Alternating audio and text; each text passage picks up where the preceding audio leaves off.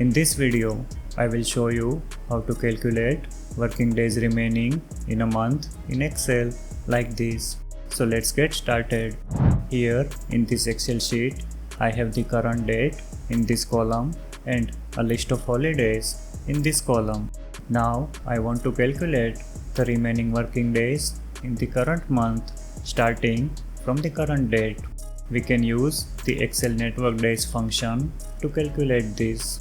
The network days function returns the number of working days between two dates. This function takes three arguments: a start date, an end date, and an optional holiday list. Let's start the formula by typing an equal sign in the target cell.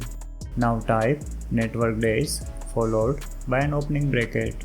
I will select the current date as the start date argument of the network days function. Type a comma to enter the end date. Since we want to calculate the remaining working days for this month, we need to provide the date of the last day of the current month. To get that, I will use the Excel EOMONTH function. The EOMONTH function returns the last day of the month for the specified date. This function accepts two arguments, a date and a number of months. A positive value of the number of months argument returns a future date and a negative value returns a past date. If we specify 0 as the number of months argument, this function returns the last day of the current month. So let's get the last day of the month by providing the current date as the first argument and 0 as the second argument of the EOMONTH function. Type a comma to enter the third holiday argument.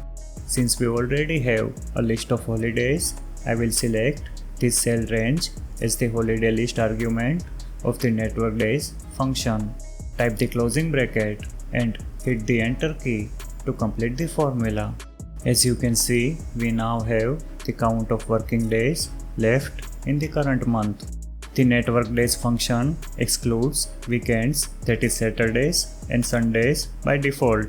We have also provided the list of public holidays, so they will be excluded from the working day count as well.